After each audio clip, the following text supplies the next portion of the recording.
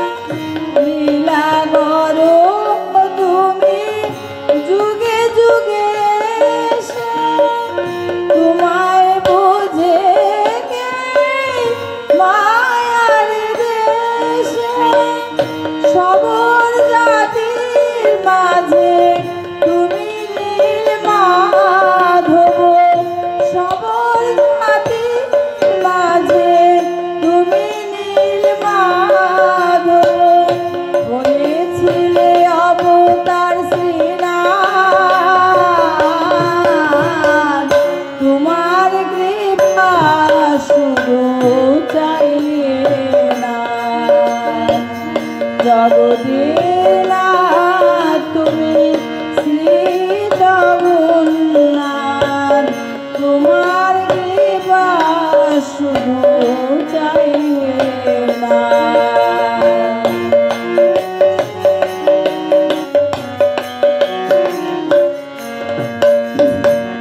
বলরাম সুভদ্রা ভাই বোনে সে মোহিত করিলে সবে ত্রিমূর্তি বেশে। বলরাম সুভদ্রা ভাই বোনে সে মোহিত করিলে সবে ত্রিমূর্তি বেশে। জয় জয় প্রভু তিলক বিহারী, গুরু গোবিন্দ হরি তুমি মুরারি।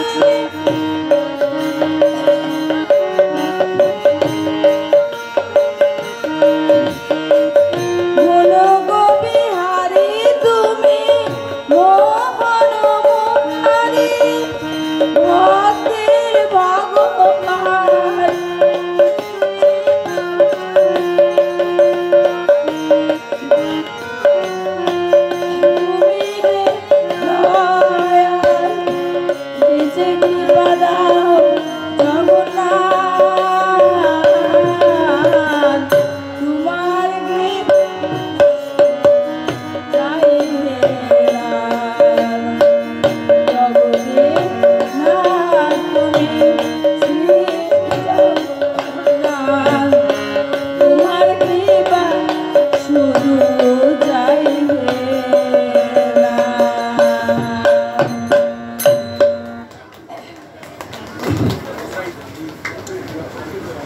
এতক্ষণ ধর্মীয় আলোচনা করলেন শ্রী দেবদাস গোস্বামী। উনি আরও পড়তেন, সময়ের অভাবে পারলেন না। উনি এই জগন্নাথের লীলা প্রকাশ করলেন, এত সুন্দর, এত মোহিত লাগলো যে আমরা সবাই, যদি আপনারা ভক্ত সঙ্গে উপস্থিত থাকেন তাহলে অনেক অজানা জিনিস জানতে পারবেন, না থাকলে কেউই জানতে পারবেন না। এখন আপনাদের সামনে আমাদের ধর্মীয় আলোচনা অংশগ্রহণ করবেন শ্রী ধ্রুব চৈতন্য মহারাজ। জয় জগন্নাথ, জয় বলদেব, জয় সুভদ্রা মহারানী। ওম তৎসৎ।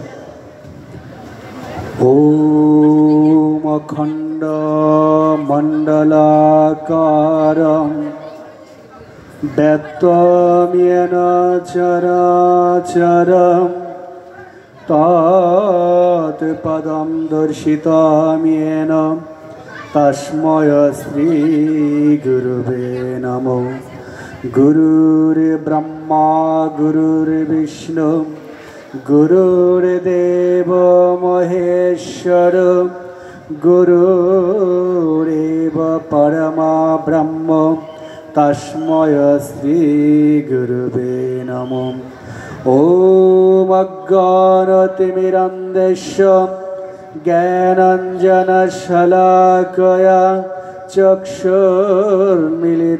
येन तस्मै श्रीगुरुवे नमः। हे कृष्ण करुणा सिन्धु दीनबन्धु जगत्पते गोपेश गोपिकान्त राधाकान्त नमोस्तुते। नमो ब्रह्मण देवाय ग्रो ब्रह्मण हिताय च जगद्धिताय श्रीकृष्णाय गोविन्दाय नमो नमो।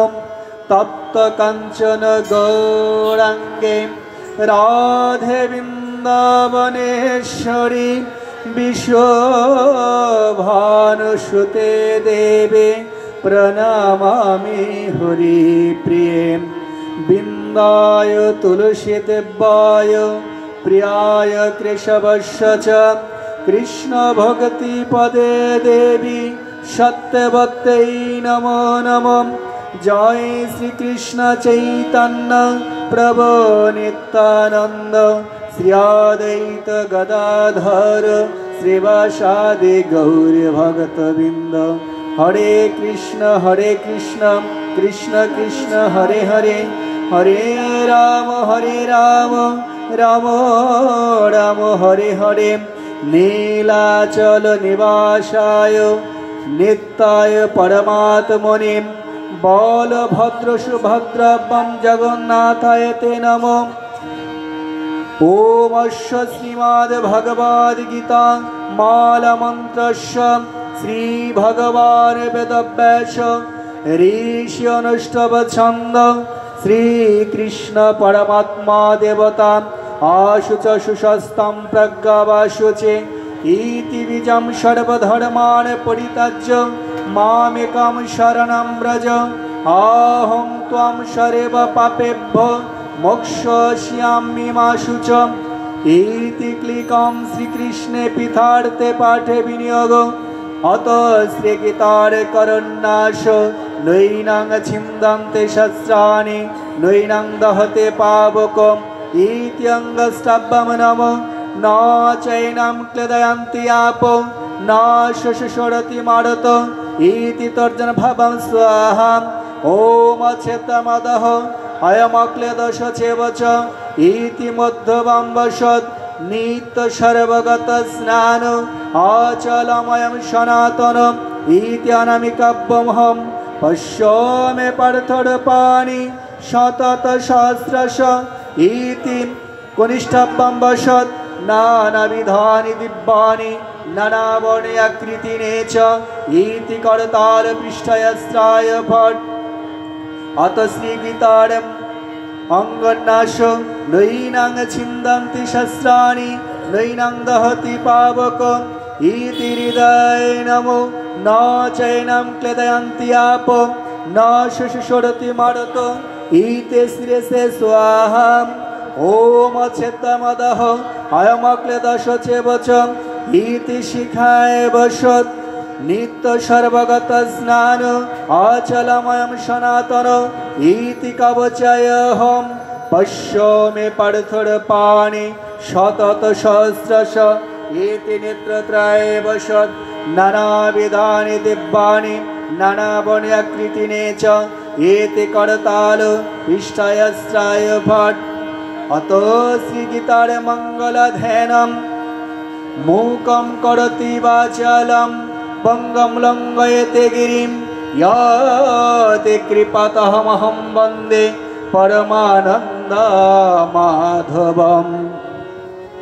जय जगन्नाथ।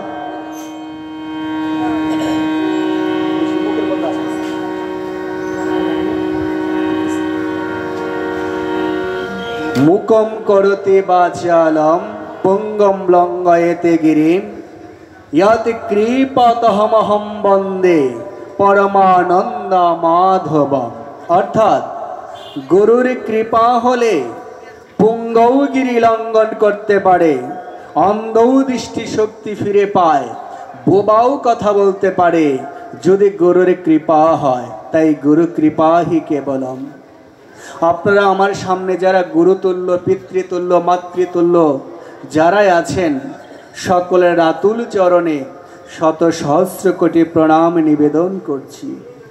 এই আপনাদের মতো সাধুগুরু বৈষ্ণবের যদি কৃপা হয়, তাহলে আমি এই ভিখারি আপনাদের মাঝে দুই একটি গীতা তত্ত্ব আপনাদের মাঝে বলা সম্ভব। আর আপনাদের মতো সাধুগুরু বৈষ্ণবের যদি কৃপা না হয়, হরিকথা, গীতার কথা, ভাগবতীয় কথা আপনাদের মাঝে বলা সম্ভব নয়। তাই মায়েরা, বাবারা, যারা অত্যন্ত দূর দূরান্ত থেকে ছুটে এসেছেন, যারা আরামের ঘুমকে হারাম করে এই শ্রীমদ্ ভগবদ গীতা পাঠ শ্রবণ করার জন্য বসে রয়েছেন, তারাই সত্যি কৃষ্ণ প্রেমিক, জগন্নাথ প্রেমিক, গীতা প্রেমিক। মনে রাখবেন, এই জগতে যাকেই ভালোবাসবেন শুধু ত্রিতাব জ্বালা পেতে হবে, কিন্তু আমার এই জগন্নাথ দেবকে ভালোবাসলে আমাদের সকলের ত্রিতাব জ্বালা দূর হয়ে যাবে, সকল ভববন্ধন আমাদের খণ্ডন হয়ে যাবে, আমাদের গতি হবে ঊর্ধ্বগামী। তাই আমাদের চিন্তা, চেতনা, ধ্যান, ধারণা সর্ব অবস্থায় আমাদের ঊর্ধ্বগামী হতে হবে, তাহলেই আমরা মানুষ বলে দাবি করতে পারব। তাই তো পদকর্তা বললেন, হুল্লোক আর বুল্লোকে মিলিয়ে দুনিয়া ছায়া গিয়েছে ভাই, মানুষ বাড়ে নাই ভাই, জনসংখ্যা বেড়েছে। পৃথিবীতে যদি আমরা জনসংখ্যা হিসাব করতে যাই, সেখানে 700 কোটির উপরে আমরা জনসংখ্যা, কিন্তু এখানে আমরা মানুষের সংখ্যা খুবই কম। কিভাবে অন্যকে ঠকাবো, অন্যের ধন হরণ করব, অন্যকে কিভাবে কথা দ্বারা আঘাত করব, এই নিম্নগামী চিন্তা, শাস্ত্রে বললেন এই নিম্নগামী চিন্তা দ্বারা জগতের কল্যাণ ঘটানো যাবে না। জগতের যদি তোমরা কল্যাণ ঘটাতে চাও, চিন্তা চেতনা ঊর্ধ্বগামী হতে হবে, তাহলেই তুমি জগতের কল্যাণ ঘটাতে পারবে। যাদের চিন্তা চেতনা নিম্নগামী, তাদের সেই ঈশ্বর সাধনা ভুল। তাই আমাদের চিন্তা চেতনা ঊর্ধ্বগামী সর্বাবস্থায় হতে হবে। আমরা যেহেতু মানুষ বলে দাবি করি, তাই আমরা মানুষ, তাই আমাদের চিন্তা চেতনা আমাদের ঊর্ধ্বগামী হতে হবে। তাই আমরা গীতা থেকে কিছু তত্ত্ব আলোচনা করার চেষ্টা করব। পূর্ববর্তী আমাদের বক্তা, আমাদের দেবদাস গোস্বামী মহোদয় ভালো আলোচনা করেছেন। আপনাদের মাঝে আমি কিছু গীতা থেকে কিছু আলোচনা করার চেষ্টা করছি। শাস্ত্রে আমাদের বিভিন্ন শাস্ত্রগ্রন্থ রয়েছে, তার মধ্যে হচ্ছে অন্যতম এই শ্রীমদ্ ভগবদ গীতা। এই গীতার মধ্যে কোনো জাতিবাদ নেই, গুরুবাদ নেই, বর্ণবাদ নেই। এই গীতার মধ্যে রয়েছে আমাদের সাধন ভজনের সবচাইতে গোপনীয় তত্ত্বমূলক কথা। আমরা যদি ভগবানকে জানতে চাই, আমরা যদি সকল মানুষকে একই পতাকা তলে আনতে চাই, আমাদের জন্য হচ্ছে এই শ্রীমদ্ ভগবদ গীতা। সকল মানুষকে একত্র করার জন্য হচ্ছে এই শ্রীমদ্ ভগবদ গীতা। কারণ এই গীতার মধ্যে কোনো জাতিবাদ নেই, গুরুবাদ নেই, বর্ণবাদ নেই। গীতার মধ্যে রয়েছে সাধন ভজনের সবচাইতে ঘোরতর তত্ত্ব। তাই আমরা যদি মুক্তি পেতে চাই, আমাদের এই ঘোরতর তত্ত্ব আমাদের শ্রবণ করা প্রয়োজন, পাঠ করা প্রয়োজন, তাহলেই আমরা জগতের কল্যাণ আমরা ঘটাতে পারব। গীতার মধ্যে প্রথম অধ্যায় বললেন অর্জুন বিষাদ্য ধৃতরাষ্ট্রবাচ ধর্মক্ষেত্রে কুরুক্ষেত্রে সমবেতায় সব মামকা পাণ্ডবাচৈব কিমাকুর্বত সঞ্জয়। প্রথম শ্লোকে কি বলা হয়েছে? প্রথম শ্লোকে বলা হয়েছে ধর্মক্ষেত্রে কুরুক্ষেত্রে আমার পুত্রগণ এবং পাণ্ডবপুত্রগণ সমাবেত হয়ে কি করিলেন, অর্থাৎ দুটি পক্ষের কথা বললেন। এক হচ্ছে কৌরব পক্ষ আর এক হচ্ছে পাণ্ডব পক্ষ। এই কৌরব পক্ষ কারা?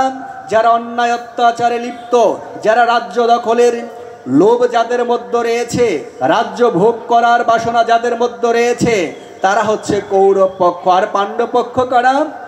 যারা ভগবানকে নিয়ে সন্তুষ্ট, ভগবানের গুণকীর্তন করতে পছন্দ করে, ভগবানকে ভালোবাসেন, জগতের কল্যাণ করেন, তারাই হচ্ছে পাণ্ডব পক্ষ। আমাদের সমাজেও কিন্তু দুটি পক্ষ, এক হচ্ছে কৌরব পক্ষ আর এক হচ্ছে পাণ্ডব পক্ষ। কৌরব পক্ষ দেখা যাচ্ছে কি, যারা কৌরব পক্ষ তারা সংখ্যায় অনেক বেশি, এখানেও সেই কুরুক্ষেত্র রণাঙ্গনে যুদ্ধের মধ্যে দেখা গিয়েছে কৌরবরা ছিল 11 অক্ষরীয় শূন্য আর পাণ্ডবরা ছিল 7 অক্ষরীয় শূন্য, কিন্তু জয় লাভ করেছে কারা? যারা পাণ্ডব পক্ষ যারা ছিল, যারা ন্যায়ের পক্ষ ছিল, তাদেরই একমাত্র জয় অবশ্যম্ভাবী।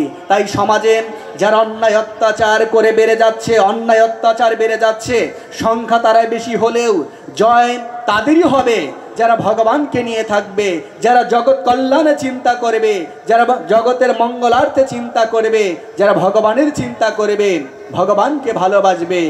হয়তো ক্ষণিকের জন্য তারা হয়তো পরাজিত বরণ করতে পারে, কিন্তু এই পৃথিবীতে ভগবান তাদের ভালোবাসে। তাদের যে ভালোবাসে গীতার মধ্যে সর্বশেষ আমরা আলোচনা করব। এই জগতে ভগবানের সবচাইতে প্রিয় ভক্তকে, ভগবানের প্রিয় ভক্ত হতে হলে কী করা প্রয়োজন আমরা আলোচনা করব। এবং আপনাদের দেখাতে বলছি, আমরা কিছু গীতা নিয়ে এসেছি, যার একটি মাত্র প্রশ্ন করব, উত্তর দিতে হবে না, যার একটা করে প্রশ্ন করতে পারবে তাদের জন্য একটা করে আমরা গীতা আমরা প্রদান করব, সেটা আমরা পরবর্তীতে করব। তাই আমরা গীতার, আপনারা জানেন এই শ্রীমদ্ ভগবদ গীতা, এই শ্রীমদ্ ভগবদ গীতা কিভাবে এত প্রচলন হলো। এক সময় এই পৃথিবীতে অন্যায় অত্যাচারে জর্জরিত ছিল, তখন ভগবান শঙ্করাচার্য এই পৃথিবীতে জন্মগ্রহণ করলেন এবং জন্মগ্রহণ করে এই পৃথিবীতে যত শাস্ত্র গ্রন্থ রয়েছে সকল কিছু তিনি 10 বছর বয়সের মধ্যে অধ্যয়ন করলেন। কেন করলেন? কারণ মানুষ এই বিপদগামী হয়ে যাচ্ছে, মানুষকে কোনোভাবেই আর ফিরানো যাচ্ছে না। কারণ আমাদের এত সকল শাস্ত্র গ্রন্থ রয়েছে, মানুষ এই সকল শাস্ত্র গ্রন্থ পড়ে কোনো কুল কিনারা পাচ্ছে না, যে আসলে কোন সিদ্ধান্ত উপনীত হবে। বৈষ্ণব শাস্ত্রে যাচ্ছে, বৈষ্ণবদের কথা বলছে, শাক্তদের শাস্ত্রে যাচ্ছে, সেখানে শাক্তদের কথা বলছে, গোস্বামীদের শাস্ত্রে সেখানে গোস্বামীদের কথা বলছে। এক এক শাস্ত্রে গ্রন্থে এক এক মত পথের কথা বলা হয়েছে, কিন্তু মানুষ সিদ্ধান্ত নিতে পারছে না আসলে কোন গ্রন্থ অধ্যয়ন করলে সকল মানুষ একত্র করা যাবে এবং একটি সঠিক পথে তারা পৌঁছাতে পারবে।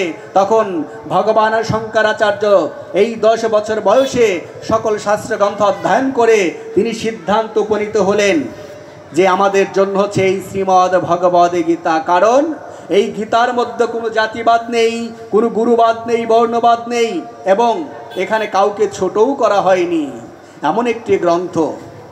এবং সাধন ভজনের সবচাইতে ঘোরতর তত্ত্ব এই শ্রীমদ্ ভগবদ গীতার মধ্যে ব্যক্ত করলেন। তাই ভগবান শঙ্করাচার্য বললেন, আমরা আমাদের জন্য হচ্ছে এই শ্রীমদ্ ভগবদ গীতা।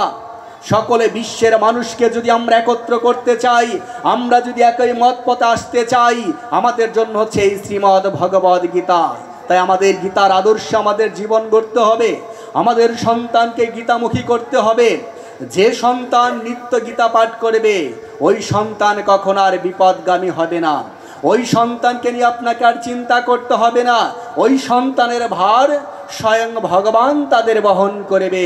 তাই আমাদের কাজ কি? যে আমাদের সন্তানকে আমাদের গীতামুখী করা। একবার যদি ওই সন্তানকে আমরা গীতামুখী করতে পারি, ওই সন্তান নিয়ে আপনাকে আর চিন্তা করতে হবে না। আর সেই কথাই চিন্তা করে এই জগন্নাথ মন্দিরে মন্দির পরিচালনা পরিষদ দীর্ঘ কয়েক বছর পূর্বে থেকে এখানে সেই গীতা শিক্ষার ব্যবস্থা করেছেন, ফ্রি গীতা শিক্ষার ব্যবস্থা করেছেন। ওনারা বুঝতে পেরেছেন যে আমাদের জন্য এই শ্রীমদ্ ভগবদ গীতার প্রয়োজন রয়েছে, এজন্যই সকল মানুষের জন্য গীতার ব্যবস্থা করেছেন। তাই আদেশ অনুরোধ করছি, আপনার সন্তানকে এই নিকটস্থ গীতা শিক্ষালয়ে পাঠান। প্রতি শুক্রবার এই জগন্নাথ মন্দিরে প্রতি শুক্রবার বিনামূল্যে গীতা শিক্ষা দেওয়া হয়, সেখানে আপনার সন্তানকে আপনারা পাঠান। তাই যখন এই যে দুটি পক্ষ ছিল, দেখা যাচ্ছে যে এই কৌরব পক্ষ পরাজয় বরণ করেছে আর পাণ্ডব পক্ষ জয় লাভ করেছে। তাই আমরা যদি ধর্ম নিয়ে, আমরা যদি ধর্ম হৃদয়ে ধারণ করতে পারি, আমাদের এই পৃথিবীতে কেউ আমাদের পরাজিত করতে পারবে না, ভগবান আমাদের সঙ্গে থাকবেন। তাই আমাদের প্রতিনিয়ত ধর্মচর্চা আমাদের করে যেতে হবে গীতার। তাই আমাদের গীতার মধ্যে এই যে আমাদের যে প্রথম অধ্যায় বলা হয়েছে যে কৌরব পক্ষ পাণ্ডব পক্ষ, আমাদের বিভিন্ন ইন্দ্রিয় রয়েছে, আমাদের বিভিন্ন রিপু রয়েছে। বলেন যে আমরা যে কুরুক্ষেত্রের রণাঙ্গনে যেমন যুদ্ধ হয়েছে, ওই যুদ্ধ হয়েছে কৌরবদের দমন করার জন্য, কিন্তু আমাদের এই দেহের মধ্যে যে কৌরব রয়েছে তাদেরকে দমন করার জন্য আমাদের এই দেহমন্দিরের বিরুদ্ধে প্রতিনিয়ত যুদ্ধ করতে হবে। বললেন যারা এই দেহমন্দিরের বিরুদ্ধে যারা যুদ্ধ করে যারা জয়লাভ করবে, তারাই একমাত্র পৃথিবীতে, তারাই একমাত্র স্মরণীয় হবেন এবং তারাই পৃথিবীতে বরণীয় হবেন। তাই আমরা যদি পৃথিবীতে স্মরণীয় এবং বরণীয় হতে চাই, আমাদের এই দেহ মন্দিরের বিরুদ্ধে আমাদের প্রতিনিয়ত যুদ্ধ করে যেতে হবে। কিভাবে এই দেহ মন্দিরের বিরুদ্ধে আমরা যুদ্ধ করব?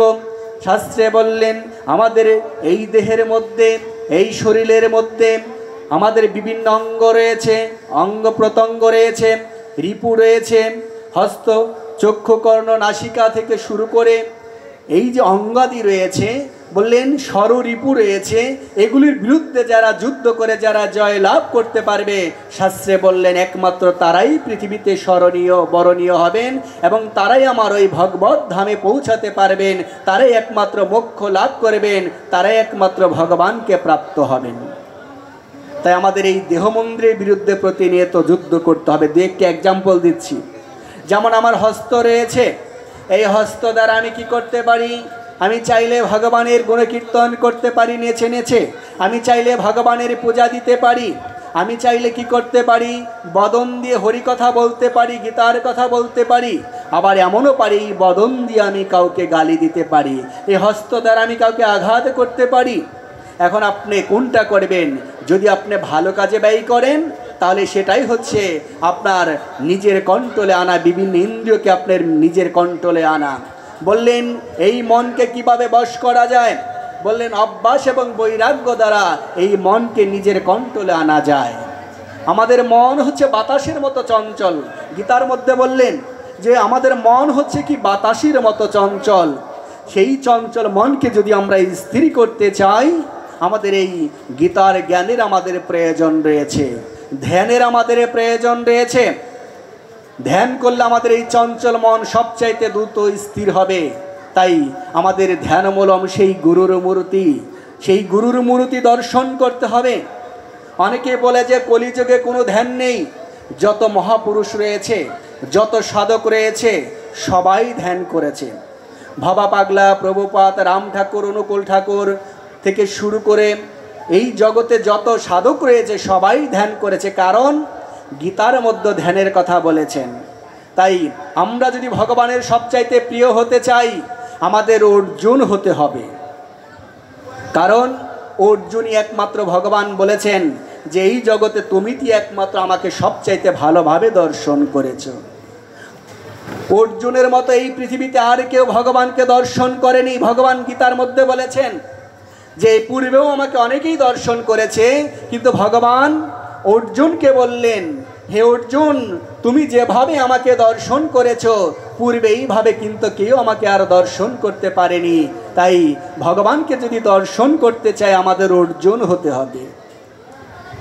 অর্জুনের ভাব এই হৃদয় মন্দিরে জাগ্রত করতে হবে। গীতার আদর্শ যদি পালন করেন তাহলে আপনাকে অর্জুন হতে হবে। কারণ গীতার মধ্যে সেই ভাবের কথা বলেছেন, কোন ভাবে বিভোর হয়ে ভগবানকে ডাকলে ভগবানকে পাবেন, সেই গুণাবলীর কথা, সেই তত্ত্বমূলক কথা গীতার মধ্যে ভগবান ব্যক্ত করলেন। তাই গীতার মধ্যে ভগবান প্রথম অধ্যায় কি বললেন? এখানে বলা হয়েছে অধর্ম অভিভবাতে কৃষ্ণ প্রদর্শয়ন্তে কুল স্ত্রিয় স্ত্রিয়েশ দিষ্টাস বাষ্ণীয় জায়তে বর্ণ শঙ্কর। ভগবান এখানে বললেন হে কৃষ্ণ, কুলধর্ম অভিভূত হইলে কুল নারীগণ ব্যভিচারিণী হয়।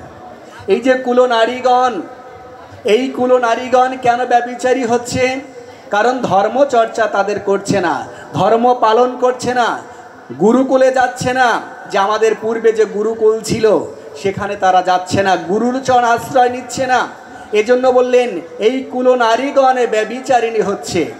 আর বললেন এই কুল নারী যদি ব্যভিচারী হয় তাহলে কি করবে? বললেন এই কুল নারী হে বাষ্ণীয়, কুল নারীগণে যদি ব্যভিচারী হয় তাহলে বর্ণ সংকর জন্মাবে। আর যদি কুলে যদি সেই বর্ণ শঙ্কর জন্মায়, তাহলে তারা কি করবেন? যারা পূর্বপুরুষ রয়েছে, যারা পিতামাতা রয়েছে, তাদেরকে তারা শ্রদ্ধা করবে না, তারা সম্মান করবে না। পিতামাতার এবং পূর্বপুরুষদের তারা শ্রাদ্ধ তর্পণাদি তারা করবে না, যেগুলি করার দরকার নেই। যারা এই ধর্ম পালন করবে না, গীতার আশ্রয় গ্রহণ করবে না, তারা কি করবে? বলবে যে এই পিতামাতার শ্রাদ্ধ কর্ম এগুলি করে টাকা সম্পদ ক্ষতি করার কোনো বিষয় নয়, এগুলি করার দরকার নেই। কিন্তু গীতার মধ্যে ভগবান বলেছেন, কি বলেছেন? শ্রাদ্ধ তর্পণাদি ক্রিয়া এগুলি আমাদের করার জন্য নির্দেশ প্রদান করলেন। তাই এই বললেন, এই শ্রাদ্ধ ক্রিয়াদি কারা করবেন? যাদের মধ্যে ধর্মীয় ভাব থাকবে, যাদের মধ্যে সংস্কার থাকবে, যাদের মধ্যে সুচিন্তা সুভাব উদয় হবে, যারা সাধুসঙ্গ ভক্ত সঙ্গ করবে, তারাই এই পূর্বপুরুষদের সেই আত্মার মুক্তি লাভের জন্য তারা এই সকল কর্ম তারা প্রতিনিয়ত করবে। তাই প্রতিনিয়ত সেই কর্ম করার জন্য কি করা প্রয়োজন? আমাদের সাধুসঙ্গ ভক্ত সঙ্গ, প্রতিনিয়ত বিভিন্ন মঠ মন্দিরে যাওয়া প্রয়োজন, সাধন ভজন করা প্রয়োজন। তাহলেই হবে আমাদের মানব জীবনের সার্থকতা। এই যে আমরা 84 লক্ষ জনে ভ্রমণ করে দুর্লভ মানব জীবন পেয়েছি, জানি না এই দুর্লভ মানব জীবন আবার হবে কি হবে না। তাই যেহেতু এই দুর্লভ মানব জীবনকে ধন্য করার জন্য আমাদের এই কি করা প্রয়োজন? এই গীতার জয়গান করা প্রয়োজন। যারা নিত্য গীতার জয়গান করবে, যারা গীতাকে ভালোবাসবে, যারা গীতার প্রতি শ্রদ্ধা থাকবে, মায়েরা বাবারা আপনাদের জ্ঞাতার্থে বলছি, গীতা শিখাবেন। আপনার সন্তানকে কেন গীতা শিখাবেন? শুধু ইউটিউব দেখে নয়। যদি মনে মনে করে, অনেকে ভাবে, সেদিনকে এক মা বলছে যে আসলে আমার কথা একজনের কাছে আরেক মাকে বলছে, কয় আসলে ধ্রুব চৈতন্যের কাছে এখন যাওয়ার কি প্রয়োজন? ইউটিউবে কত ভালো গীতা শিক্ষার ব্যবস্থা রয়েছে, কত ভালো উচ্চারণ রয়েছে। মনে রাখবেন, শাস্ত্রীয় কথা শুনে রাখুন মায়েরা বাবারা, এগুলা হচ্ছে গুরুমুখী বিদ্যা। গীতা হচ্ছে গুরুমুখী বিদ্যা। ওই ইউটিউবে দেখে শিখলে আপনার ইউটিউবের মধ্যে চলে যাবে। ভাববেন না যে আপনার জীবনে ভালো কিছু আশা করা যায়। আপনি ইউটিউব দিয়ে শিখতে পারেন, কিন্তু তারপরেও আপনাকে কি করতে হবে? যেখানে যে সকল স্কুলে, যে সকল এই যে গুরুকুলে, যে সকল গীতা শিক্ষালয়ে গীতা শিক্ষা প্রদান করছে, ওখানে পাঠানোর চেষ্টা করবেন। কারণ বলাই আছে যে এগুলো হচ্ছে গুরুমুখী বিদ্যা। এই গুরুমুখী বিদ্যা কোথায় শিখতে হবে? গুরুর কাছে গিয়ে শিখতে হবে। গুরু মানে কারা? যারা শিখাচ্ছে এখানে আমাদের একজন ইস্কনের এক প্রভু শিখাচ্ছে, আমাদের কেপি চৌধুরী ছাড় শিখাচ্ছেন, আমিও শিখাচ্ছি, অর্থাৎ এবং আরও বিভিন্ন জায়গায় এখানে গীতা শেখানো হচ্ছে। তাই সেখানে আপনার সন্তানকে প্রেরণ করবেন, পাঠাবেন তাদেরকে গীতা শিক্ষার জন্য। তাই আমাদের গীতার মধ্যে 2য় অধ্যায় বললেন যে বাসাংশি জীর্ণানি ইয়দা বিহায়া নবানি গৃহ্ণাতি নর অপরাণি তথা শরীরানি বিহায়া জীর্ণানি অন্নানি সংজাতি নবানি দেহি। ভগবানে বললেন, মানুষ যেমন জীর্ণ বস্ত্র পরিত্যাগ করে নতুন বস্ত্র পরিধান করে, তদ্রূপ আত্মা সেই জীর্ণ শরীর ত্যাগ করে নতুন দেহ ধারণ করে। অর্থাৎ এই যে আমরা যারা বলছি আমাদের মৃত্যু হচ্ছে, আমরা পৃথিবীর মায়া ছেড়ে চলে যাচ্ছি, কিন্তু শাস্ত্রে কি বললেন? যে এই আত্মার কখনো মৃত্যু নেই। এই আত্মা কি করে? এক দেহ ছেড়ে শুধু অন্য দেহে গমন করে। এবং বললেন এই আত্মা এক দেহ ছেড়ে অন্য দেহে গমন কিভাবে করে? বললেন তার কর্মফল অনুযায়ী। এ জন্মে যদি ভালো কর্ম করে তাহলে পরজন্ম সে মানব কুলে জন্মগ্রহণ করবে, আর এ জন্মে যদি সে একেবারে নিকৃষ্টতম কর্ম করে বেড়ায় তাহলে পশুকুল থেকে, মৎস্যকুল থেকে, প্রাণীকুল, জীবকুল, সকল কুল পরিভ্রমণ করে তাকে আবার এই মানব কুলে আসতে হবে। তাই আপনার এ জন্মের কর্মফল দ্বারা নির্ধারণ হবে আপনি পরজন্মে কোন জনি প্রাপ্ত হবেন, কোন কুলে কোন বংশে আপনি জন্মগ্রহণ করবেন। তাই আমাদের কর্ম ভালো করতে হবে। যদি খারাপ কর্ম করি আমাকে ওই পশুকুলে আমাকে জন্ম নিতে হবে, যদি খারাপ কর্ম করি ওই বৃক্ষকুলে আমাকে জন্ম নিতে হবে।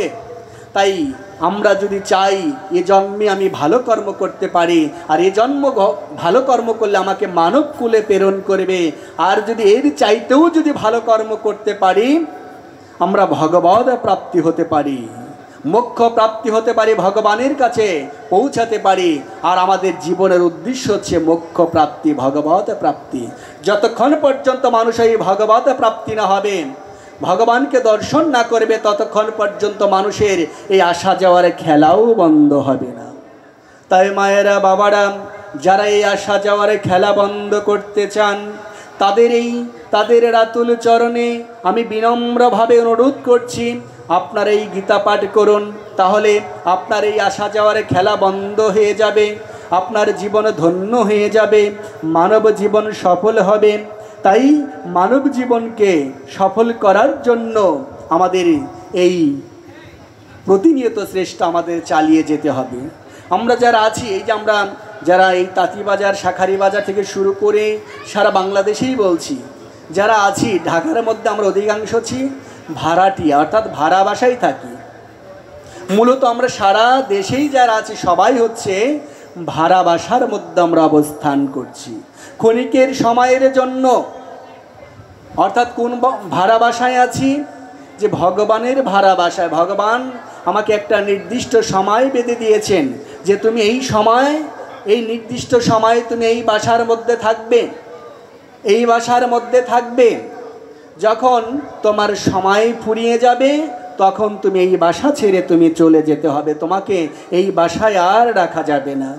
তাই আমরা প্রত্যেকেই যেহেতু ভাড়া বাসায় অবস্থান করছি, তাই আমাদের মেয়াদ একদিন উত্তীর্ণ হয়ে যাবে, সময় আমাদের ফুরিয়ে যাচ্ছে। তাই সময় ফুরিয়ে যাবার পূর্বেই আমাদের এই গীতার জয়গান আমাদের করা প্রয়োজন। আমরা চাইলে জগতের কল্যাণ ঘটাতে পারি, যেমন আমাদের সভাপতি মহোদয় বাবুল দাস মহোদয়, তার চিন্তা চেতনা অনেক ঊর্ধ্বগামী। কেন বলছি? যারা পরিচালনা পরিষদ রয়েছেন তারাও, কিন্তু কেন বলছি যে এখানে আমি দেখেছি তাঁতিবাজার জগন্নাথ মন্দিরে এত অনুষ্ঠানে আদি এখানে করে, যদিও আপনারা দেখতে পাচ্ছেন ওখানে মন্দিরে এত বসার জায়গায় এতটা নেই, কিন্তু ওখানে তারপরও সুশৃঙ্খলভাবে প্রত্যেকটা অনুষ্ঠানকে করার যে সুন্দরভাবে যে করে যাচ্ছেন, এটা আসলে অকল্পনীয়। তাই আমি মনে করি যে আমাদের পরিচালনা পরিষদ যিনি আছেন বাবুল দাস মহোদয়, তিনি একজন সনাতনী চিন্তাবিদ, তিনি সনাতনী মঙ্গলার্থে প্রতিনিয়ত কর্ম করে যাচ্ছেন। এবং আপনারা যারা কমিটিতে রয়েছেন আপনারাও সৌভাগ্যবান যে এই জগন্নাথ দেবের এই মন্দির আপনারা পরিচালনা করে যাচ্ছেন, বিভিন্ন অনুষ্ঠান আদি পরিচালনা করে যাচ্ছেন, আপনারা অনেক সৌভাগ্যবান। আর এই জন্যেই এই 9 দিন ব্যাপী অনুষ্ঠান করা সম্ভব। তাই সবার ভাগ্যে এই সৌভাগ্য হয় না। তাই আপনারা যারা 9 দিন ব্যাপী অক্লান্ত পরিশ্রম করে যাচ্ছেন, দিন রাত সমানে পরিশ্রম করে যাচ্ছেন, চিন্তা চেতনা ধ্যান ধারণা সর্বাবস্থায় আপনার এই 9 দিন ব্যাপী কিন্তু এখানে স্থাপন করতে হচ্ছে। তাই মায়েরা, বাবারা, আপনাদের রাতুল চরণে প্রণাম জানাচ্ছি যে গীতার মধ্যে ভগবান বললেন যে চাতুর্বর্ণ ময়া সৃষ্ট গুণকর্ম বিভাগস্য তস্য কর্তারাম মাম বিদ্য কর্তারাম অব্যয়ম। ভগবান কি বললেন? এই পৃথিবীতে আমি 4টি বর্ণ আমি নিজে সৃষ্টি করেছি, ব্রাহ্মণ, ক্ষত্রিয়, বৈশ্য, শূদ্র। কিন্তু ভগবান কি বললেন? আমি যে এই 4টি বর্ণ সৃষ্টি করেছি, ভগবান বললেন আমি কিন্তু ওই অনুপাতে ফল আমি প্রদান করি না। তোমরা যে কুলেই যে বংশেই জন্মগ্রহণ করো না কেন, তোমরা যদি আমাকে স্থির চিন্তে পরম ভক্তি সহকারে তোমরা যদি আমাকে ডাকো, আমার ভজনা করো, তাহলে তোমরাও আমাকে লাভ করতে পারবে, তোমরাও আমাকে জানতে পারবে। তাই ভগবানকে লাভ করার অধিকার ভগবান সবাইকে দিয়েছেন। ভগবানের গুণকীর্তন করার জন্য সবাইকে অধিকার দিয়েছেন, ভগবানের পূজার অধিকার ভগবান সবাইকে দিয়েছেন। তাই আমরা চাইলে ভগবানকে দর্শন করতে পারি, ভগবানের গুণকীর্তন করতে পারি, ভগবানকে লাভ করতে পারি। এমনতর সুপ্রিম পাওয়ারে পেয়েও যারা কাজে লাগাচ্ছেন না মায়েরা, তাদের জীবন কিন্তু বৃথায় চলে যাবে। শাস্ত্রে বলেছেন যে ঊর্ধ্বমূলমদস্যাখম অশ্বতমম পহরব্বয়ম ছন্দং শেষ্য পর্ণানি ইয়স্তম বেদ সবেদবিদ। প্রত্যেকটা জীবের, প্রত্যেকটা প্রাণীর মূল হচ্ছে নিম্নগামী এবং ভূমির সাথে সমান্তরাল। দেখবেন আপনারা গরু, ছাগল, সর্প এগুলি দেখেছেন, এদের মেরুদণ্ড রয়েছে। এদের মেরুদণ্ড কি? এই ভূমির সাথে সমান্তরাল। কিন্তু আমাদের মেরুদণ্ড দিয়েছেন ঊর্ধ্বগামী।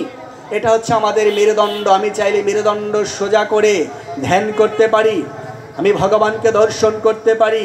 আবার কি বললেন? মূল। বিভিন্ন বৃক্ষাদি আপনারা দেখেছেন, প্রত্যেকটা বৃক্ষের মূল দিয়েছেন নিম্নগামী, কিন্তু আমাদের মূল দিয়েছেন কি? আমাদের মূল দিয়েছেন ঊর্ধ্বগামী। তাই আমাদের চিন্তা, চেতনা, ধ্যান, ধারণা সর্বদিকে ঊর্ধ্বগামী হতে হবে। তাহলেই আমরা মানুষ বলে দাবি করতে পারব। আমরা যদি মানুষ বলে দাবি করতে চাই, আমাদের চিন্তা, চেতনা, ধ্যান, ধারণা ঊর্ধ্বগামী হতে হবে, তাহলেই আমরা মানুষ বলে দাবি করতে পারব। তাই যে গুরুর চরণ আমাদের আশ্রয় গ্রহণ করতে হবে। তদ্বিধি প্রণিপাতেন পরিপ্রশ্নে সেবায়া উপদেক্ষন্তি তে জ্ঞানী তত্ত্বদর্শিনাম। বললেন গুরুর চরণে দণ্ডবত প্রণাম দ্বারা, নানা বিষয়ে প্রশ্ন দ্বারা সেই তত্ত্বদর্শী গুরুকে তুমি জিজ্ঞাসা করো যে আমি কে, আমার কেন এই সংসার বন্ধন, কীরূপে এই সংসার বন্ধন হতে আমি মুক্তি লাভ করতে পারব। সেই তত্ত্বদর্শী গুরু আমাদের সেই পথের সন্ধান প্রদান করবে। তাই আমাদের কি করতে হবে? শাস্ত্রে বললেন যে তত্ত্বদর্শী গুরুর চরণ আমাদের আশ্রয় গ্রহণ করতে হবে। ওই তত্ত্বদর্শী গুরুর চরণে যদি আমরা আশ্রয় গ্রহণ করতে পারি, আর তত্ত্বদর্শী গুরুর চরণ আশ্রয় গ্রহণ করে কি করতে বললেন? যে ওই তত্ত্বদর্শী গুরুর চরণ আশ্রয় গ্রহণ করে আমাদের জিজ্ঞাসা করতে বললেন যে আমি কে। প্রতিটা মুহূর্তে বলে বেড়ায় আমার গাড়ি, আমার বাড়ি, আমার ধন, আমার সম্পদ, কিন্তু একটা বার আমরা নিজেকে প্রশ্ন করি না আমি কে, আমি কোথায় থেকে এসেছি এবং কোথায় যাব।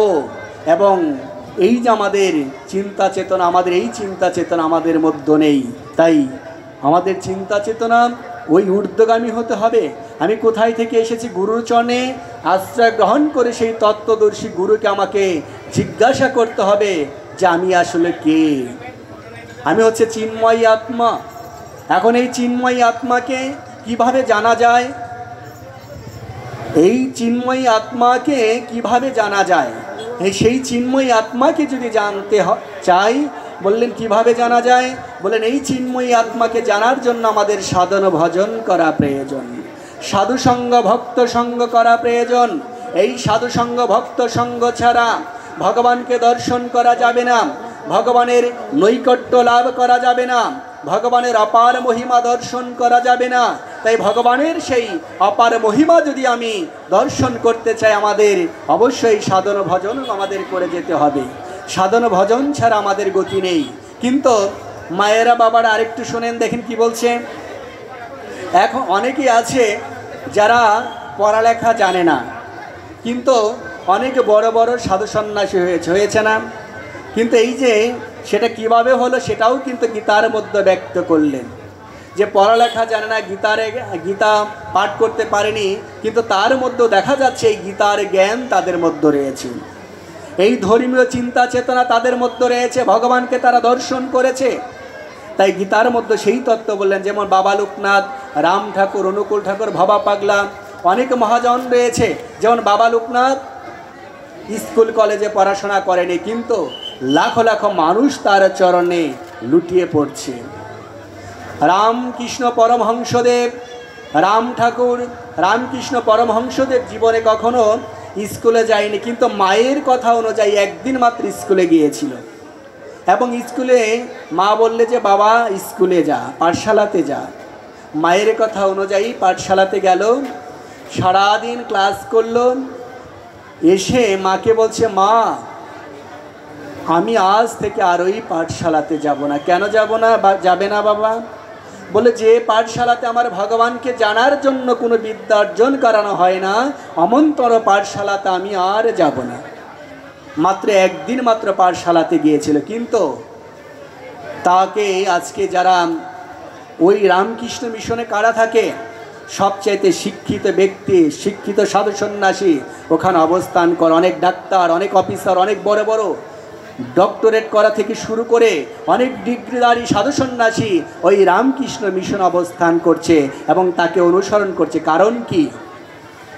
কারণ সাধন ভজন যদি কেউ করে, সেই একজন যদি কোনো সাধন ভজন করে, লাখো মানুষ বসে বসে খেতে পারে। তার প্রমাণ হচ্ছে এই রাম ঠাকুর, রামকৃষ্ণ পরমহংসদেব, বাবা লোকনাথ, অনুকূল ঠাকুর, যে তারা একজন সাধন ভজন করেছে, লাখো লাখো মানুষ বসে খাচ্ছে। কারণ মঠ মন্দিরে যাবেন, বারোদিতে যাবেন, হেমায়তপুরে যাবেন, সেখানে দেখবেন যে লাখো লাখো ভক্ত তাদের মন্দিরে যাচ্ছে, আশ্রমে যাচ্ছে। কেন যাচ্ছে? তাদের ওই কৃপা লাভের জন্য। সাধু সন্ন্যাসীদের মধ্যে অবশ্যই কৃপা থাকবে, কারণ ভগবান গীতার মধ্যে বলেছেন যে পূর্ববর্তী মোক্ষবিলাসীগণ যে পথ অনুসরণ করেছে তোমরাও সেই পথ অনুসরণ করো। তাই আমাদের সেই পথ অনুসরণ করা প্রয়োজন। বললেন সেই জ্ঞান তাহলে কিভাবে আসলো সেটা একটু বলছি। বললেন নহি জ্ঞানেন সদৃশ্যম পবিত্রমিহ বিদ্যতে তৎস্বয়ং যোগ সংসিদ্ধি কালেনি আত্মানি বিন্দতি। বললেন সেই জ্ঞান কাল সহকারে আপনাই অন্তরে লাভ করে, কাল সহকারে আপনাই এই জ্ঞান তাদের মধ্যে প্রবেশ করে। যারা সাধু সন্ন্যাসী, যারা ভগবানের গুণকীর্তন করে, তাদের মধ্যে এই ভাব আপনাই উদয় হবে। তাই সাধন ভজন করে যেতে হবে, সাধু সঙ্গ করে যেতে হবে, ভক্ত সঙ্গ করে যেতে হবে।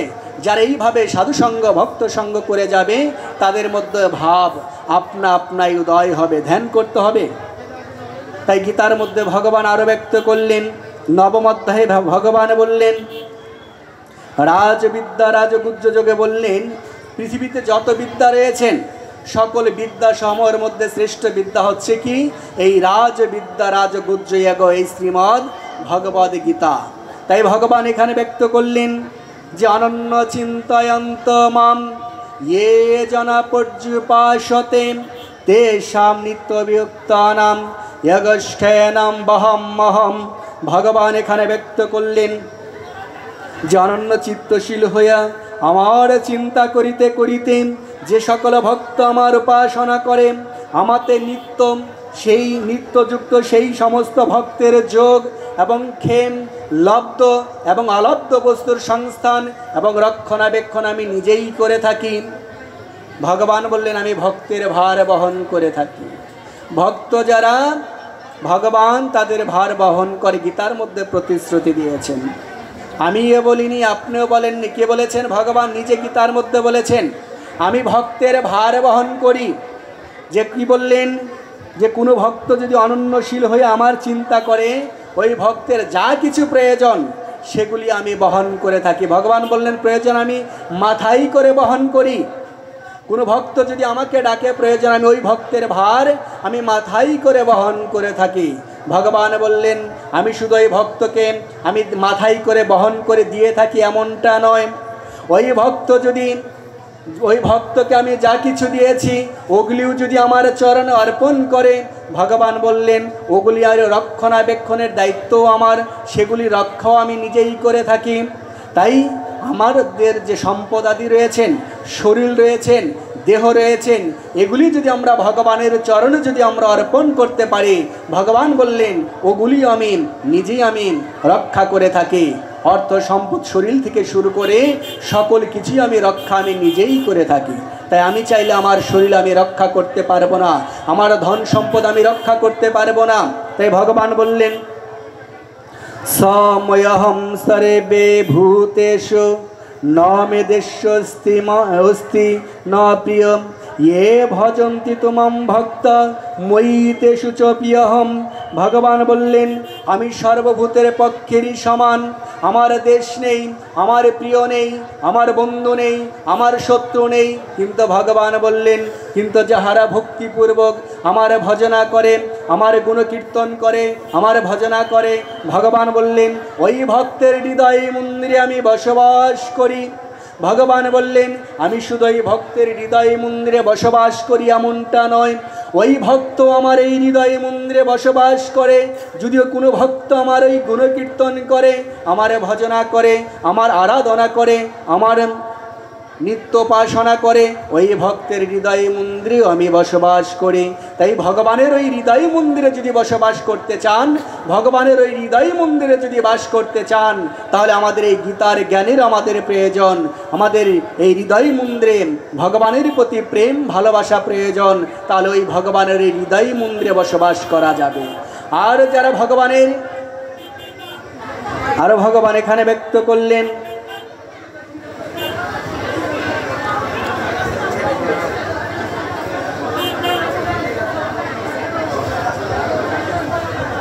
মায়েরা বাবারা, আমরা পাঠ শেষ করব।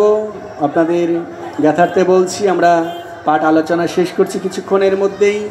আপনাদের জ্ঞাতার্থে বলছি, গতবারও এখানে বলা হয়েছিল যে এখানে একটা বয়স্কদের একটা গীতা শিক্ষার ব্যবস্থা করার জন্য আমার মনে হয় যে মায়েরা যদি একটু দায়িত্ব নেন, আমাদের সভাপতি মহোদয়ের নির্দেশক্রমে ওখানে আমরা বয়স্ক ওদের একটা গীতা শিক্ষার আমরা ব্যবস্থা করতে পারি।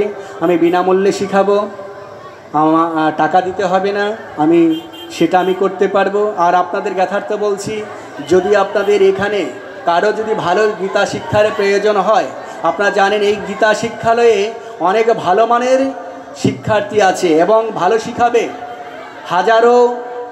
হাজারো টিচার চাইতে উত্তম টিচার এই আপনাদের এই জগন্নাথ মন্দিরে রয়েছে, সেটা হচ্ছে লাবণ্য দত্ত। আপনারা জানেন যে লাবণ্য দত্তর যে উচ্চারণ, হাজারো যে শিক্ষক রয়েছে সকলকে ছাড়িয়ে যাবে এই লাবণ্য দত্তের শিক্ষা। তাই আমরা বিশ্বপিতার কাছে প্রার্থনা করি যে এই জগন্নাথ মন্দিরে আরও ভালো ভালো শিক্ষার্থী গড়ে উঠুক এবং আরও ভালো কিছু হোক, সেই প্রার্থনা আমরা করছি। এই জন্য আপনাদের মায়েরা বাবারা আপনারা একটু সহায়তা করতে হবে, তাহলে এটা সম্ভব হবে। আমরা গীতা পাঠ আলোচনা বাড়াতে চাচ্ছি না, মাহাত্ম্য পাঠ করে সমাপ্ত করব। গীতা ওম নমো ভগবতে বাসুদেবায়। অত শ্রীমদ্ ভগবদ্ গীতার মাহাত্ম্যম শ্রী ভগবান উবাচ গীতা মে হৃদয়ম পার্থ গীতা মে সর্বোত্তমম গীতা মে জ্ঞানমাত্রগম গীতা মে জ্ঞানমব্যয়ম গীতা মে চোত্তম স্থানম গীতা মে পরমম পদম গীতা মে পরমম গুজ্জম গীতা মে পরমম গুরু গীতাশ্রয়মহম তিষ্ঠামি গীতা মে পরমম গৃহম গীতা জ্ঞানম সমাশ্রিতম ত্রিলোকে পলায়মহম গীতা মে পরম বিদ্যা ব্রহ্মরূপণ সংশয় অর্ধমাত্র হরা নিত্যম অনির্বাচ্য পদাত্মিকা গীতা নামানি বক্ষ্যামি গুজ্জানি চিন পাণ্ডব কীর্তন সর্ব পাপানি বিলম্বে তৎক্ষণাৎ গঙ্গা গীতা চ সাবিত্রী শ্বেতা সত্তা প্রতিব্রতা ব্রহ্মা বলে ব্রহ্মবিদ্যা ত্রিসন্ধ্যা মুক্তিগেহিনী অর্ধমাত্রা চিদানন্দা ভবগ্নি ভ্রান্তি নাশিনী বেদত্রয়ী পরমানন্দা তথার্থ জ্ঞান মঞ্জিরে ইতি তানে জপে নিত্যম নর নিচ্ছল মানুষ জ্ঞান সিদ্ধিমূলবে নিত্যম তথান্তে পরমম পদম ওমিদস্খরম পরিভ্রষ্টম মাত্রাহীনাং চেদ ভবেদ পূর্ণম ভবতু তৎসর্বম তৎপ্রসাদ জনার্দন। আমাদের সকলের জ্ঞাতার্থে বলছি যে আমরা কিছু গীতা এনেছি, 9টা গীতা আছে এখানে। যারা নিতে চান, যারা পাঠ করবেন, শুধু তাদের জন্যই বলছি। এই প্রশ্ন করতে চেয়েছিলাম কিন্তু একটু শব্দ হওয়ার কারণে সেই প্রশ্ন না, আপনাদের প্রশ্ন নিতে চেয়েছিলাম কিন্তু এখন দিচ্ছে কেন? আচ্ছা, আমাদের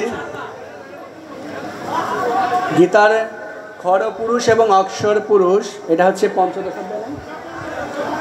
আমরা এক মা সঞ্চিতা মা আমাদের একটি প্রশ্ন করেছেন যে খর পুরুষ এবং অক্ষর পুরুষ, এই যে দুই ধরনের পুরুষের কথা বলা হয়েছে, সেই খর পুরুষ এবং অক্ষর পুরুষ কাকে বলে সেটা একটু এখানে শ্লোকটা কোনটা জানো? কত নম্বর শ্লোক জানো? আচ্ছা, খর পুরুষ এবং অক্ষর পুরুষ হচ্ছে এই উত্তম পুরুষ, যেটা হচ্ছে যারা সাধন ভজন করে, ভগবানের গুণকীর্তন করে, ভগবানের নৈকট্য লাভ করতে চায়, তাদেরকে বলা হচ্ছে অক্ষর পুরুষ এবং খর পুরুষ হচ্ছে যারা ভগবানের নৈকট্য লাভ করতে চায় না, ভগবানের গুণকীর্তন করতে চায় না, ভগবানের সেই অপার মহিমা যারা জানতে চায় না, যাদের মধ্যে এই ভাব নেই, তাদের খর পুরুষ বলা হয়েছে। মায়ের জন্য একটি গীতা আমার একটা প্রশ্ন আছে প্রভু। বলেন। আমি কিভাবে পৃথিবী থেকে মুক্তি উপায় দিয়ে আমি ভগবানকে কিভাবে লাভ করে মুক্তি উপায় করতে পারবো, সেই উপায়টা আপনি বলেন। মা বলেছেন যে কিভাবে এই পৃথিবী থেকে মুক্তি লাভ করা যাবে। যদি এক কথায় বলি, সাধন ভজন ছাড়া মুক্তির কোনো উপায় নেই। এবং সাধন ভজনের মধ্যে আপনি গীতাটাকে রাখতে পারেন। যে ব্যক্তি নিত্য গীতা পাঠ করবে, সে যদি অন্য কোনো শাস্ত্রগ্রন্থ যদি অধ্যয়ন নাও করে, এই গীতা পাঠের মধ্য দিয়ে তিনি মুক্তি লাভ করবে, ভগবানকে দর্শন করতে পারবে, জগতের কল্যাণ ঘটাতে পারবে। তাই আমাদের সাধন ভজন করে যেতে হবে। এখানে আরও অনেক তত্ত্ব রয়েছে, সংক্ষেপে বললাম, সাধন ভজন করে যেতে হবে। মুক্তির জন্য সাধন ভজন ছাড়া আমাদের আর কোনো গতি নেই। মায়ের জন্য একটি গীতা। আরও 4-5-7টে গীতা রয়েছে। যদি কেউ প্রশ্ন করতে চান, প্রশ্ন করলেই গীতা মিলবে। এবং আপনাদের জ্ঞাতার্থে বলছি, যারা গীতা পাঠ করতে চান, এই গীতাটা বিনামূল্যে দিয়ে থাকি। ইতিপূর্বে 50,000 গীতা প্রকাশ করেছি। সারা বাংলাদেশে 400 গীতা স্কুল করেছি, বিক্রি করি না। এই গীতাটা যারা গীতা স্কুলের তালিকা দেয় তাদেরকে আমরা বিনামূল্যে আমরা দিয়ে থাকি। তাই আপনারা যারা গীতাটা পেতে চান, বিনামূল্যে পাবেন। এই মন্দিরেও থেকে সংগ্রহ করতে পারেন, স্বামীবাগ লোকনাথ মন্দির থেকে সংগ্রহ করতে পারেন। যারা প্রশ্ন করবেন আর 60টি প্রশ্ন নিতে পারবো, তাদের জন্য একটি গীতা রয়েছে। আমার পরিচালক যিনি আছেন। মহারাজ, আমরা স্নান করলে শুদ্ধ হই, আত্মা শুদ্ধ কিভাবে হয়? আচ্ছা, আত্মা শুদ্ধির কথা বলছেন। 3 প্রকার শুদ্ধির কথা গীতার মধ্যে বলছেন।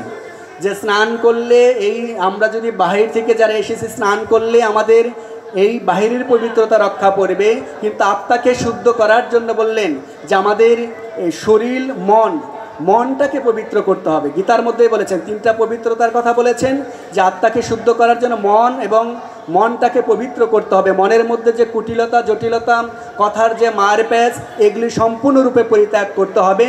তাহলেই আমরা ভগবানকে আমরা দর্শন করতে পারবো এবং তাহলে আমাদের আত্মা শুদ্ধি হবে।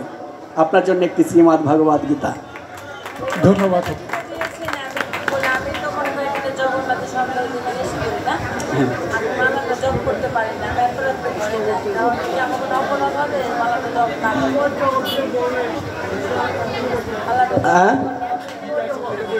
চিন্ময় জগৎ, চিন্ময় জগৎ হচ্ছে সবচাইতে, চিন্ময় আত্মা যেমন হচ্ছে সবচাইতে উত্তম, চিন্ময় জগৎ হচ্ছে সকল আমাদের এই ইহজগৎ পরজগৎ। চিন্ময় জগৎ হচ্ছে যে ভগবানের কাছে যে আমরা যাচ্ছি, সেই চিন্ময় জগৎ হচ্ছে আমাদের মোক্ষ প্রাপ্তির একটা মোক্ষ জায়গা। চিন্ময় জগৎ হচ্ছে মোক্ষ জায়গা, যেখানে চিন্ময় জগতে গেলে আমাদের এই পৃথিবীতে আর আসতে হবে না, আমাদের আর জঠ যন্ত্রণা পেতে হবে না, আমাকে আর মাতৃকুলে এই পৃথিবীতে ফিরে আসতে হবে না। সেটা হচ্ছে চিন্ময় জগৎ। আর সেই চিন্ময় জগতে যাওয়ার জন্য আমাদের সাধন ভজন, গীতা পাঠ, সাধুসঙ্গ, ভক্ত সঙ্গ করা প্রয়োজন। বাবার জন্য একটি গীতা।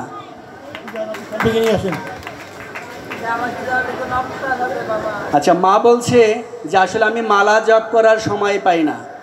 বা মা বলছি, জপের কথা 3 প্রকার জপের কথা শাস্ত্রে বলেছেন। এক হচ্ছে কি 3 প্রকার জপের কথা শাস্ত্রে বলেছেন। এক হচ্ছে কি মালা জপ, কর জপ, মনে মনে জপ। এই মালা জপ, কর জপ আর হচ্ছে মালা জপ হচ্ছে সর্বপ্রথম হচ্ছে নিচের ধাপ, পরে হচ্ছে কর জপ, তারপর হচ্ছে মন মনে জপ। এই জন্যে অজপা নামের কররে নেশা, অর্থাৎ এই মনে মনে যে জপ, এই জপ হচ্ছে সবচাইতে ঊর্ধ্বে। আপনি যদি মালা জপ যদি নাও করতে পারেন, ভগবানকে আপনি দর্শন করতে পারেন যদি আপনার এই দেহ মন্দিরে প্রতিনিয়ত জপ চলে। এই জপ চালিয়ে যান, যে আপনি মন্দিরে বসে যে জগন্নাথ দেবকে স্মরণ করছেন, এটাই হচ্ছে উত্তম জপ। মাকে যেহেতু গীতা দিয়েছি, মাকে আর দিচ্ছি না। আমার কাছে আরও 4। বলবো, আমার প্রশ্ন হলো, মানুষ মারা যাওয়ার পরে কেন মুখাগ্নি করা হয়, এটা বুঝাই দেন। যদি আমার গীতার মধ্যে এটা নেই, তারপরেও আমি বলবো যে আসলে প্রথমে আবার একটু বলে দিচ্ছি। বাবা যেহেতু প্রশ্ন করেছে, ধন্যবাদ। আমি গীতা থেকে প্রশ্ন করলে সহজে আমি উত্তর দিতে পারি। আমার অন্য শাস্ত্রগ্রন্থে একটু অধ্যয়ন কম। যে মুখাগ্নি কেন করা হয়, যে এই মুখাগ্নি করা হয় হচ্ছে পিতৃদেবকে, আমাদের যে পিতৃ বা মাতা যারা আছে, আমরা সন্তানেরা সাধারণত প্রথম হচ্ছে অধিকারী হচ্ছে সন্তান, বড় সন্তান, সেই মুখাগ্নি করবে। কেন করবে? যে এই মুখাগ্নি অর্থাৎ হচ্ছে তার যে অগ্নি দেওয়া হচ্ছে, এই বলছেন যে অগ্নি হচ্ছে কি ভগবানের চক্ষু, ও ভগবানের চক্ষু হচ্ছে কি অগ্নি। এবং এই প্রশ্নটা আমার একটু জটিল মনে হচ্ছে, কারণ আমি একটু মনে পড়তেছে না। আমাকে যদি গীতা থেকে প্রশ্ন করেন আমি ভালো চেষ্টা করব, আর মুখাগ্নির প্রশ্নটা আমার তেমন ভালো মনে পড়ছে না। আমাকে গীতা থেকে প্রশ্ন করলে আমি সহজে উত্তর দেওয়ার চেষ্টা করতে পারবো। প্রশ্ন করলে গীতা মিলবে। সংক্ষেপে বলতে পারবেন তো? হরে কৃষ্ণ বাবু, সংক্ষিপ্ত আকারে বলবেন। আচ্ছা আচ্ছা, আমাদের বাবা ঠিক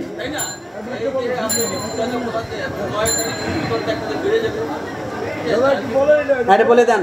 এক বাবাজি মুখাগ্নি সম্পর্কে ভালো উত্তর প্রদান করছে। ভালো না, এটা সাধারণ জ্ঞানের মধ্যে আমি কথা বলছি, যে যখন নাকি মানুষ এই পৃথিবীতে থাকে, যে থাকে সাধু সন্ন্যাসী, তার ধ্যান নিয়ে থাকে, আর যে নাকি বিভিন্ন ধরনের চিন্তা ভাবনা করে, মনে করেন অপবিত্র, অসঙ্গ যেভাবে কিছু করে, তার মুখের মধ্যে হয়তো বিভিন্ন ধরনের পাপ থাকে।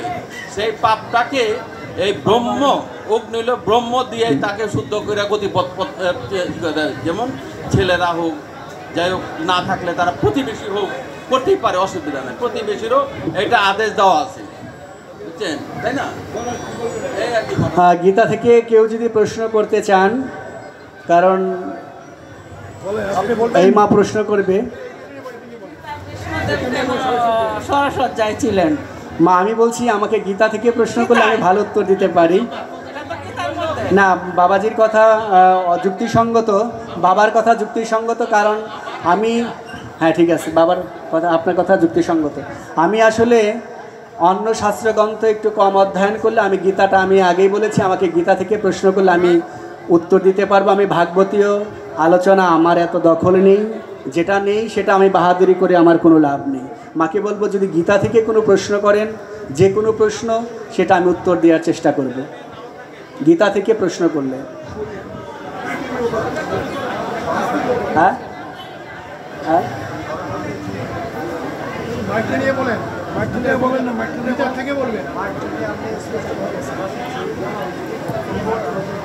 আমাদের অনুষ্ঠান প্রায় শেষের পথে।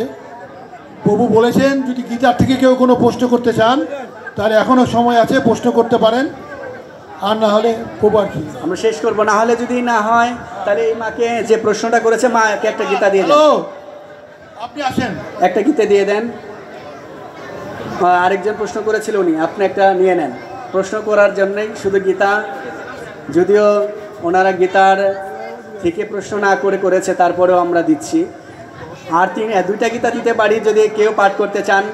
এই বাবা যে উত্তর দিয়েছে তাকে একটা গীতা দিতে চান। প্রভু, আমার একটা প্রশ্ন, শ্রীমদ্ ভাগবত গীতার থেকে বলছি, আমরা 10 অবতার সম্বন্ধে জানি, কিন্তু 10 অবতারের মধ্যে শ্রীকৃষ্ণ ভগবান অবতার হলেন না কেন, আমি একটু জানতে চাচ্ছি। কিন্তু 4 যুগে 4 জন এসছে আমরা শুনতে পাচ্ছি, কিন্তু ভগবান শ্রীকৃষ্ণ অবতার হলেন না কেন? ভগবান শ্রীকৃষ্ণ অবতার হলেন না কেন? তিনি স্বয়ং ভগবান। আর অবতার আর ভগবানের মধ্যে তো একটু পার্থক্য থাকতে পারে। ভগবান হচ্ছে সর্বক্ষমতার অধিকারী, তার ক্ষমতা এত বেশি যে আসলে তার সর্বগুণ তার মধ্যে রয়েছে। কিন্তু অবতারের মধ্যে 10 অবতারের মধ্যে কিন্তু সকল গুণগুলি তার মধ্যে নেই। আছে নাকি? সকল অবতারের মধ্যে সকল গুণ আছে, সকল গুণ কিন্তু সেই অবতারের মধ্যে নেই, কিন্তু ভগবানের মধ্যে সকল গুণ তার মধ্যে রয়েছে, তাই তিনি হচ্ছে ভগবান। পৃথিবীতে বাবাজি উত্তর দিতে চাচ্ছে সম্ভবত। আমি একটা কথা বলতে চাই। কে জানি কি জানি কথাটা বললেন দাদা? ভগবান, হ্যাঁ ভগবান তো শেষমেশ গৌরাঙ্গ মহাপ্রভু চৈতন্য হিসাবে আসছে। এর আগে তো শ্রীকৃষ্ণ ভগবান আছে, রাম লক্ষ্মণ আছে। যাই হোক, কথা সেটা না। আমি যেটা বলতে চাই, হরে কৃষ্ণ, হরে কৃষ্ণ, হ্যালো হ্যালো, হরে কৃষ্ণ। শোনেন, আমি একটা জিনিস বলতে চাই, আমাকে সময় মানে সংকীর্ণ থাকাতে সময়টা চলে যাওয়ার জন্য আমি যে গীতার মাহাত্ম্যটা পড়ি, আমি না দেখেই পড়ি, তবে কিছু লাইন ভুল হয়। এর মধ্যে কোনো ত্রুটি থাকতে পারে কি? যেহেতু আমার মনটা গীতার ভিতরে, যদি ত্রুটিও থাকে কিছু করার নাই আমার। আচ্ছা, মহাপ্রভু যখন দাক্ষিণাত্যে গিয়েছিল, না, আমি যেটা বলছি ওই পাপ হবে না। যখন এইটাই চাচ্ছি, মহাপ্রভু যখন দাক্ষিণাত্যে গিয়েছিল, এক ভক্ত এত ভুল পাঠ করছে, তখন ওই রাস্তা দিয়ে যারাই যাচ্ছে সবাই কি করছে, সবাই অবজ্ঞা করছে যে কি পাঠ করে, এত ভুল পাঠ, যে এর তো পাপ হবে। তখন ওই পাঠ শোনার মহাপ্রভু গেলেন ওখানে, গিয়ে দেখছে যে ওই ভক্ত পাঠ করছে, কিন্তু তার নয়ন বাড়ি ঝরছে আর ঝরছে। যখন ওই তার নয়ন বাড়ি ঝরছে, তখন ওই ভক্তকে কি করলেন, আলিঙ্গন করে বললেন যে একমাত্র তুমি তো হচ্ছে এই গীতা পাঠের অধিকারী, কারণ তোমারই একমাত্র এই গীতা পাঠে নয়ন বাড়ি ঝরছে। তাই সেই মহাপ্রভু কি করলেন, তাকে আলিঙ্গন করলেন। কেন করলেন? যে এই গীতা পাঠের মধ্যে যাদের ভক্তি রয়েছে, শ্রদ্ধা রয়েছে, তারা ভগবানকে তারা দর্শন করতে পারবে। দুইটা গীতা আছে, যদি কেউ নিতে চান নিতে পারেন, টাকা দিতে হবে না। আচ্ছা, আরেকটা প্রশ্ন আছে আমার মায়ের, দেখি।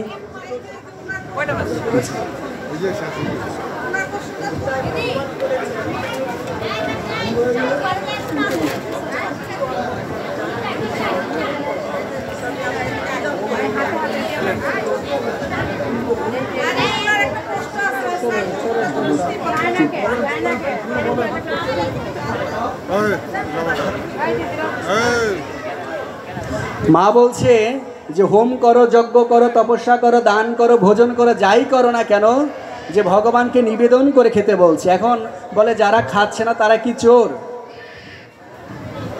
শাস্ত্রে যেহেতু বলেছে যে ভগবানকে না দিয়ে খেলে চোর, সেটা আমাদের মানতেই হবে। কিন্তু আমরা সর্ব অবস্থায় ভগবানকে স্মরণ করে খেতে পারি। যে নিবেদন সব জায়গায় যদি নাও করতে পারি, আমরা ভগবানকে স্মরণ করে কিন্তু আমরা সেই জল ফল যাই খাচ্ছি, আমরা ভগবানকে স্মরণ করে খাচ্ছি, এতে পাপ হবে না। আপনার সেই পাপ তাহলে সবাই আপনারা করতে পারেন, স্মরণ করে করতে পারবেন। মায়ের জন্য একটি গীতা। আমার আর কাছে আর গীতা নেই। আপনাদের যদি কার গীতার প্রয়োজন হয় অবশ্যই দিব। আমি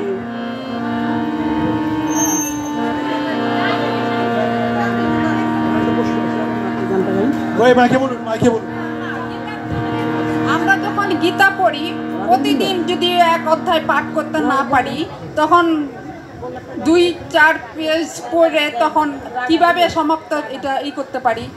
আপনি একটা অধ্যায় শেষ করতে হবে এমনটা না। আপনার যদি প্রতিদিন শুধু একটা শ্লোকও পাঠ করেন তাতেও সমস্যা নেই। আপনি সারা জীবন শুধু একটা শ্লোক পাঠ করলেন তাতেও সমস্যা নেই, আপনি গীতা পাঠ করে যাচ্ছেন। তাই আপনাকে যে প্রতিদিন বসে একেবারে শেষ করতে হবে এমনটা না। আপনি একটা শ্লোকও যদি ভক্তি সহকারে পাঠ করেন তাতেও আপনার মঙ্গল হবে, কারণ অনেকের পাঠ করারই ক্ষমতা নেই। আপনি তো একটা শ্লোক করে যাচ্ছেন। শাস্ত্রে বলেছেন শ্রবণম মঙ্গলম। গীতা আমি প্রতিদিন করি, ঈশ্বরের চেষ্টা করি, 4 পৃষ্ঠা 3 পৃষ্ঠা পেজ শ্লোক করি, কিন্তু হ্যাঁ অধ্যায় না শ্লোক করি 2-4 প্রতিদিন 2-3টি শ্লোক করি আর কি। প্রতিদিন যদি পুরাটা না পড়ি, একটা শ্লোক পড়লে হবে। আচ্ছা, আপনার পর্যায়ক্রমে ওখান থেকে আজকে যেখানে শেষ হলো কালকে ওখান থেকে শুরু করতে পারেন যদি গীতাটাকে সমাপ্ত করতে চান। ওখান থেকে পরের দিন ওখান থেকে পরবর্তী থেকে শুরু করবেন, তাহলে আপনার পুরো গীতাটা শেষ হয়ে যাবে। ধন্যবাদ। আজকে পাঠ আলোচনা বাড়াতে চাচ্ছি না। সকলের রাতুল চরণে প্রণাম জানাচ্ছি যে আজকে আপনারা যারা এখানে আছেন, পরবর্তীতে দেখা হবে। যদি আমার কোনো ভিজিটিং কার্ডের প্রয়োজন হয় তাহলে নিতে পারেন।